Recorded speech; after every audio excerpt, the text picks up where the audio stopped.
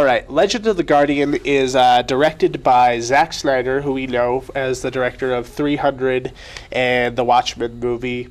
And, so he kind of comes from like a hardcore man violence world, and now he's doing a film with the production team of Happy Feet about birds. Again. And what we have here is kind of a serviceable, somewhat cliched plot of these owls. These two owls are brothers. And one is kind of a dreamer, and he wants to see bigger, better things, and he gets caught up in this mythology of the legends of the Guardians, and there's this mythology about these guardian owls who are kind of like super owls. Yeah, super owls, or basically soldiers. There were this long ago battle, blah blah blah. The other one is get your head out of the clouds and a little bit more stronger, a little bit more capable, and they both fall out of the nest one day.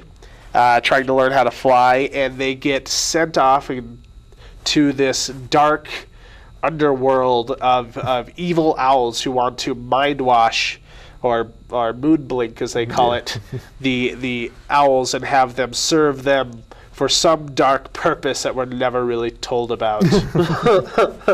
And so he, the main owl, named Soren, voiced by Jim Sturgess, escapes, and he finds his way to the Guardians, which he's not sure if they really exist, but he gets there anyway. But along the way, he finds some fun sort of comic relief kind of characters, some more owls.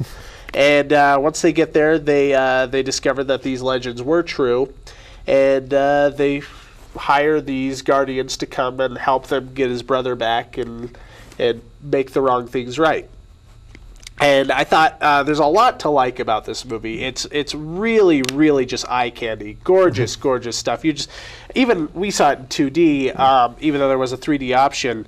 And I think even in 2D, this movie just really is beautiful. Some of the best animation I've ever seen, even compared to like the Pixar stuff, and that's saying a lot. Just the little things like reflection in the eyes and things like that all get played up very well.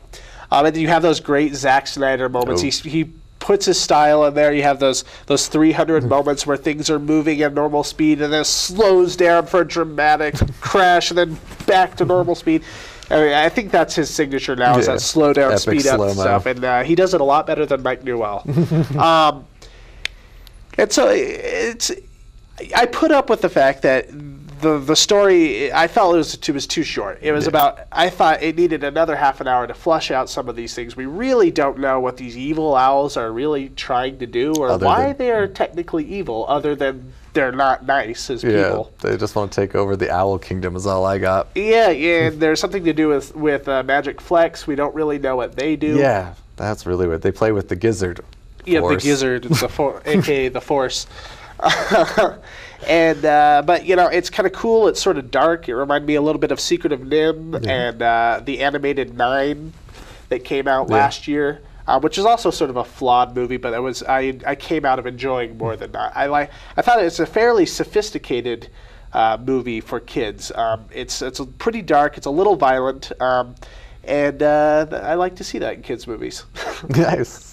So I gave it a B+. A B+? All right. I too did enjoy this movie. I mean, I'm all for the kids' movies these days. After Toy Story and stuff, I'm very much enjoying it.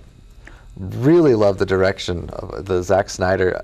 I mean, I was like, how is he going to pull this off? And he did. The battle scenes were, they were owls fighting, but they were ridiculously epic sword fights in the middle of this thing. Yeah, it's cool. It was, I was blown away at how well they could fight. Yeah.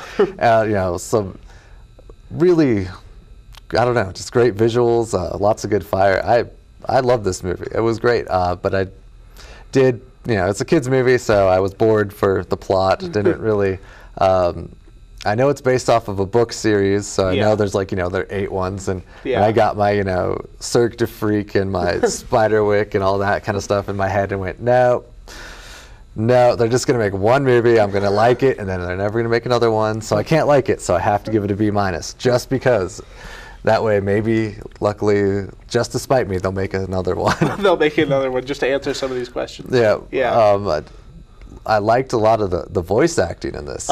You know, to match these owl. You know, a lot of voice acting. Sometimes you're like, really? And I spent half the time thinking that Jim Sturgess was the Lord of the Rings guy. Frodo. No idea what his name is. Oh, Elijah Wood. Elijah Wood. Yeah. I spent the half of the movie thinking it was that, and spent the other half thinking the main bad guy was David Bowie, and got totally told wrong. So, but yes, I had a lot of fun with this movie. It was great for everybody. You know. Yeah. Interesting enough for kids and adults. Yeah, I think this is one of those ones where the adults are going to say, that was really strange. I don't know how to feel about that. And the kids are going to, I don't know what you're talking about. That was badass. Very much so. So,